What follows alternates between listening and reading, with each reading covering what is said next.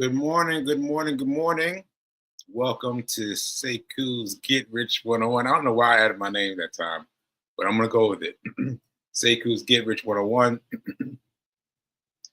Actually, I might do that. I might add my name to it because there are lots of Get Rich 101s out there in the world. And so I need something to separate. Excuse me, still the cough hanging in there. To keep my name separate from everyone else's Get Rich 101, I may have to add Sekou. So it just popped into my head just now, but I may keep it. I may keep it. So anyway, hey, what's up? Hey, what's up? I am here on Tuesday. This is your next day after yesterday. For those of you that don't know, I did a live show yesterday, and I talked about what I was doing in terms of the stock market today. Well, yesterday. And now today I got to do it because yesterday was the holiday. It was Martin Luther King Day. I'll get to that in a minute. And I didn't have anything to do. So except talk about it. So today was me doing it. So let me start with that. That's why the screen is over there. So thank you for being here. Thank you for being here. Thank you to the New Thought Media Network for allowing me the space to grow and grow and grow. And I said it before. I don't know I've said it before, and I'm going to say it again. I don't know what I would have done without this show. I don't know what I would have done, but I've grown a lot. So let's leave it there. All right. So remember to take what I give you and add your own research to it. Add your own research to it. Right? Add your own research. Don't look for me to just tell you what to do. Learn. Because that's what I've been doing. I've been learning. All right? Okay, now let's get to it. This was interesting because I got up this morning. Oh, this Feet King telling me that she can see it. She can see it this time. All right, great. So what happened this morning at 5 a.m. at 6 a.m. I got at 6 a.m. What happened is, once again, this dogs next door. This is the screen of my desktop computer, right? And this is the screen of my device, my phone, my smartphone, right? Now on here, it just looks like it looks simple. Like we go up, we're going up, down, and then we just here, right? That's here. That's right in here. But on the smartphone app for Webull, you've got to recognize that there's a lot going on here. So I don't know if you can see it, but I think you can see it a little bit. But you see how there's that gray area. That gray area is very slight. It's very, very slight. So I'm gonna hold up close. Very slight gray, separated from the black. Gray separated from the black. So that's the pre-market. That's what's happening overnight. So I woke up at 6 a.m. to that red going down, and I was like, oh man, because I told you yesterday that I could have gotten out yesterday, but I decided to stay in to fulfill the weekend hustle. The weekend hustle, as you know, let me just explain again. Weekend hustle is my desire, borrowed by Timothy Sykes. It's my desire to follow in his steps by buying a stock at the end of the day on Friday, right? And then selling that stock first thing Monday morning, right? Buying on Friday, selling on Monday. So that means I've got to. I don't have to, but it helps to track what's happening during the weekend. So my app does that. The app on the computer does not do that yet. I haven't figured out how to make it do that yet on the computer. But you will see that there's just this happening. There's just this happening, and and uh, so that's it. So that's it. But what I'm going to tell you, what I'm interested in telling you is that 6 a.m. I saw that drop and I was like, oh, and then I've been watching it. It's been creeping up and up and up and up, and then it got above the. I don't know. Again, I don't know if you can see it, but above the buying point, right? The point of sale. And so once again, I decided I'm going to sell this as soon as it gets in. As soon as it gets in, I'm going to sell. I'm going to sell because it had already risen to a point above my point of sale over the weekend, over the long weekend, and I could see that it was hovering. In I bought it at 8.52, and it was trailing around $9, around $9. So I was like, as soon as it gets in, I'm gonna sell. As soon as it gets in, I'm gonna sell. Now, when it sold, when it opened, when it opened at 9:30, I watched it drop. I mean, drop. It dropped fast, right? It went straight down, right? So I had to watch it for a few seconds, and it came up for a few seconds, and I sold. I sold. So we're talking 9:31, 9:31. I mean, less than a minute, a couple of seconds, really. And now you see on this and on this, it's dragging. It's dragging. It's yeah, 8.19, right? So below. Let me see what happens if I go to 15 minutes. Yeah, that's a little bit clearer. So yeah, so these red ones are taking it below my buy, which was uh,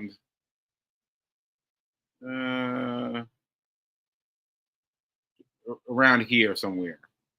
So it's hovering. It might go up, it might go down, but I know that I got my money first thing when the stock market opened today. So that's what I wanted to tell you guys, that's what happened. I went in and I saw it, and so I got to tell you though about the the things that you want to do, because once again I wanted to sell when it went high over the weekend, but I didn't do that because I wanted to fulfill Tim Sykes' weekend promise, right? I was like, if I don't do the whole weekend, I won't get the promise, right? So I did that. I did that. I waited it out. And then I saw what I saw, and I was like, I gotta sell immediately. I gotta sell immediately because what will happen is I'm gonna, I'll get hope. I'll get hopeful eyes. I'm like, oh, it's gonna go, it's gonna go, it's gonna go. And yeah, well, I want to be ready for this show. I want to be ready for this show. So I got to be done with stocks and trading, right?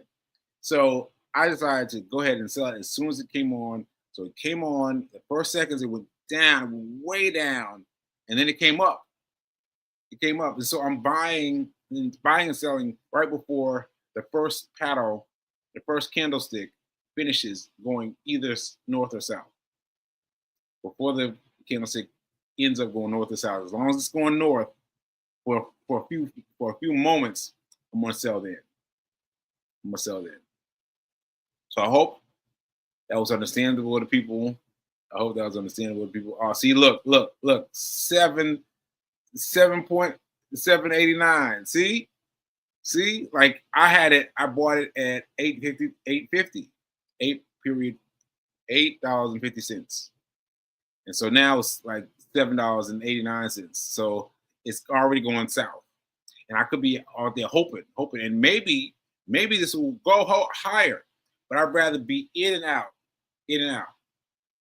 So that's what I was explaining is my uh, my scalping method. People, by the way, said that I should keep the titles because people won't understand what I'm discussing. So you won't have the ability to reference it. So um, scalping is a means by which, means by which, but the what it means is you sell your stocks fast, right? So you buy it on Friday, you sell it on Monday. Now that's still it's still a scalping because you bought it Friday at the end of the day and you sold it Monday at the top of the hour. So it's like you only had it. You had it for the weekend, but really you only had it for a couple of minutes because you're not including the pre-market time. You're gonna leave the pre-market alone. See that's where I'll leave the pre-market alone and let it work the whole weekend. All right.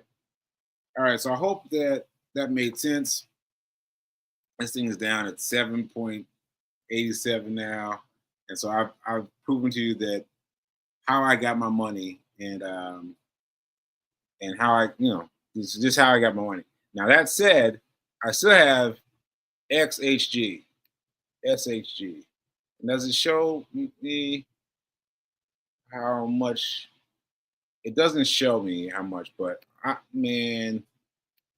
I'm I'm way up here. I'm way up here. I bought way up here, right? I'm still hoping that it'll catch himself back up, and that's me trying out a longer hold time, and so that's not selling out by scalping. You just have it and hold it, have it and sell it, have it and sell it, but hold it and wait. Now I've had this for about a week, all of last week, and I'm ready to sell it. I'm ready to sell it, though, because it's just driving me crazy because it's just so far away from where I got it. But I'm gonna hold on for another week, 1 week. I'm gonna hold on to it because I want to see if the holding, see if holding it works out. But right now, I'm feeling kind of antsy. I'm feeling kind of antsy about SXHG. All right, folks. All right, folks. So that's what I got for the info. Okay, so that's what I got. I don't see any questions. So we're moving on. Moving on, moving on. Okay, so let me try to show you this. Let me try to show you this. How can I do this now? I can do this. Share this tab. Did that work? Yes, that worked. Okay. Now the reason I'm showing this guy, what's his name? His name is John Lichman, and I'm showing him because I wanted to show the difference between saving versus investing. Saving $20 a day and investing $20 a day, which means saving $20 a day is like saving it for like at best 4%. At best 4%. But really you're trying to get like your regular savings loan amount, you're getting like less than a percentage point. Really. You're getting less than a percentage point. As compared to getting 10%, around 10% on the other side investing. So what you have to do is program your mind to think this way, because you're thinking save the money, save the money, save the money, but no, You've got to save the money and invest the money.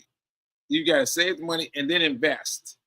You've got to move it out of your regular checkings and savings out to someplace else and then move it again over to investing, or however you want to set that up is up to you. But you've got to be able to move yourself, your money, to the investment side. Now, what you're thinking is, I want to lose my money. I want to lose my money. I put it in the stock market. That's what I thought. That's what I thought. That's what I thought. It's not going to happen. It's not going to happen because I did it. I put $1 in there. I was like, oh man, that dollar's going to go bye-bye. No, it did not. And I put $2 in and it still didn't do it. And I swear to you, it's not going to vanish on you. It's not going to vanish on you. So you need to put your money in stocks where you can get 10%. And that's why I've got this example. Okay, hold on. Let me see. P just asked me a question. Let me see what she's asking me. Do you have a monetary projection of how much you intend to invest in your desired monetary outcome within 12 months? I don't understand what she's asking me. Do you have a monetary projection of how much you intend to invest in your desired monetary outcome? No, I don't. But you should. You should, but I don't. So, excuse me, I am focused on getting something to Charles Schwab. I'm focused on getting something to Charles Schwab, getting some of anything to Charles Schwab, because I recognize how much of a difference Charles Schwab has made in my life in this short amount of time that I've been working with him. So I know that I need to get my money over to Charles Schwab. Get my money over to Charles Schwab. But yet and still, I'm a hard learner. So it still trips me up sometimes. Still something happens. I'm like, I can't quite, get my money over to Charles Schwab. So let me give you an example. P and I were talking about this. I had gotten a small check, and I said that I was going to give 50% to Charles Schwab. That would have been great, but I didn't do it. I put the 100% of the saving, 100% of the bank, 100% of the loan, 100% of the check, 100% of the check into the bank. And then I didn't move it. I kept thinking about it. I'm like, oh, I'm gonna do something big. And it didn't go anywhere. And so I have to focus on what works for me. What works for me is 10%. 10%. 10%. 10%. It's easy to remember. It's easy to calculate. You just move the decimal point one space, and that's it. It's done. So I'm using that. So that's what I want to focus on in terms of that. So I hope I answered your question. Anyway, so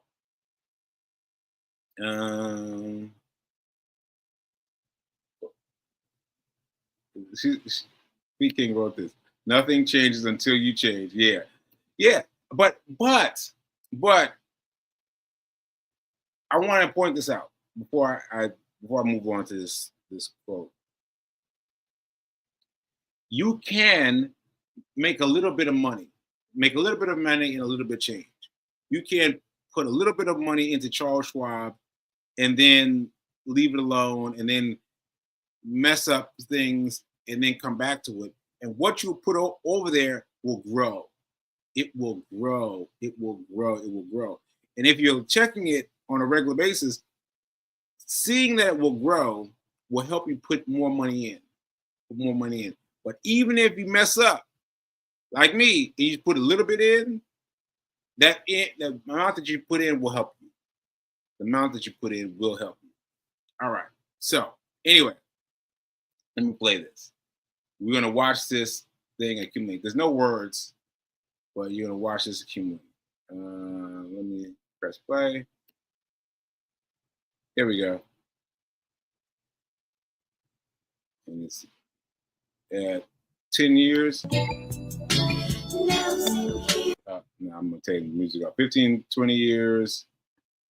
You see it. 182 versus 800 after 25 years, 30 years.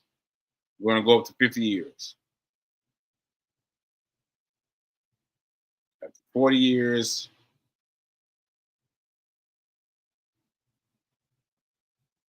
After 50 years. Now look at that difference. Look at that difference. Look at that difference. $365,000, which is great. It was great, but compare that to $10 million. Investing $20 a day. $20 a day, right? Now, yeah, Nelson. Yeah, Nelson. So Nelson's excited about it too. Nelson's excited about it too.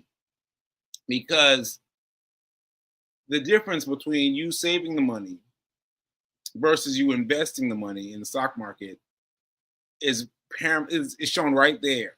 So right there. Right? Now, that's incredible.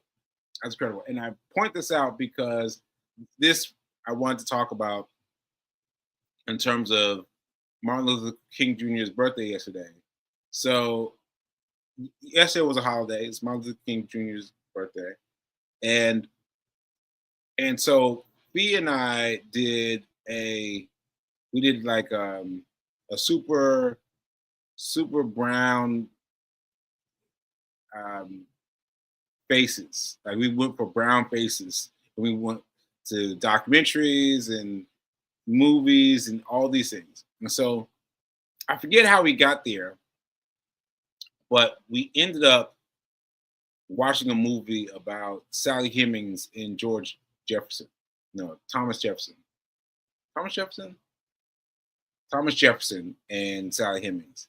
And so I didn't really know this story, right?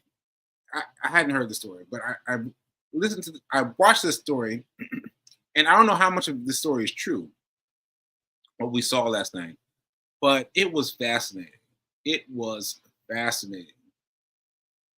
And I'm not going to fixate about anything that you need to check it out. You need to check it out and understand it, and maybe do some more research than I did to back check the information. But let me tell you something. I did not know that Thomas Jefferson died a broke man. Thomas Jefferson died a broke and penniless man.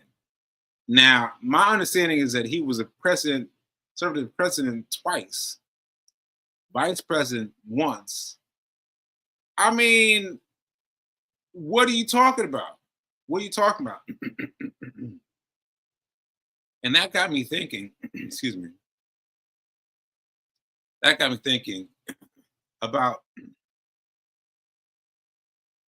money. Because Thomas Jefferson is like an NBA player, right? NBA player. Like he goes in, he's playing at the top level, he's getting the gold ring, get 2 gold rings, and then he come out. But once he comes out and there's no salary, then he's not making any money. And I thought, what would he do to make money? And I thought of this. I thought of this I've seen before. I thought about him saving money. And even if he sold, if he's able to cobble together $20 a day. Now that's a lot. It's a lot. But even if he was able to manage to carry, well, maybe let's say $20 a month. $20 a month. You got to subtract from these numbers, but let's just say $20 a month, right? And then he would have had less than this much money, less than $300,000, $365,000. Well, he would still have had some money because he died $100,000 in debt. $100,000 in debt, right? And so if he had saved just that little bit, just that little bit, I'm still thinking about around 10%, like 10% of, 10% of, 10% of, 10% of, just keep on cycling that 10% over, or $20 per day, or $20 a month, whatever you can do, whatever you can do, whatever you can do, get over to the interest side, to the investment side, to the 10% side, to the side that's about 10%. Like, he would have had this much money, or thereabouts, if he had put his money aside, right? And then that got me thinking, well, how could he have put this money anywhere else but spent any place else but save it? How can he put his money any place else but save it? And then I looked up the stock market. The stock market was invented in the 1600s, 1611. So it was around while George Washington was still alive. I was like, oh, wow. That's how old the stock market is. Can you believe that? The stock market that I'm now playing in has been around since 1600. 16, right? And so I don't know how it worked then. It must have been harder for him to have gotten access, but he was a president. He could have gotten access, right? He's a president twice, right? So he could have gotten his money set aside. He could have put in $20 once.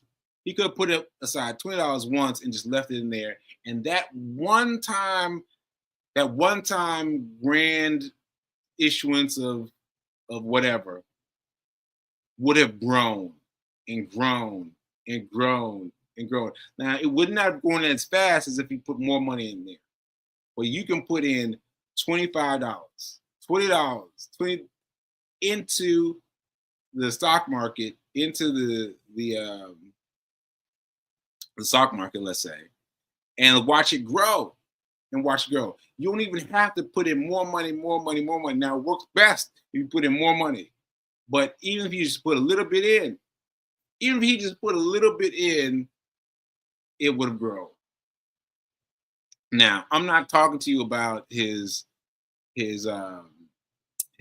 what shall we say?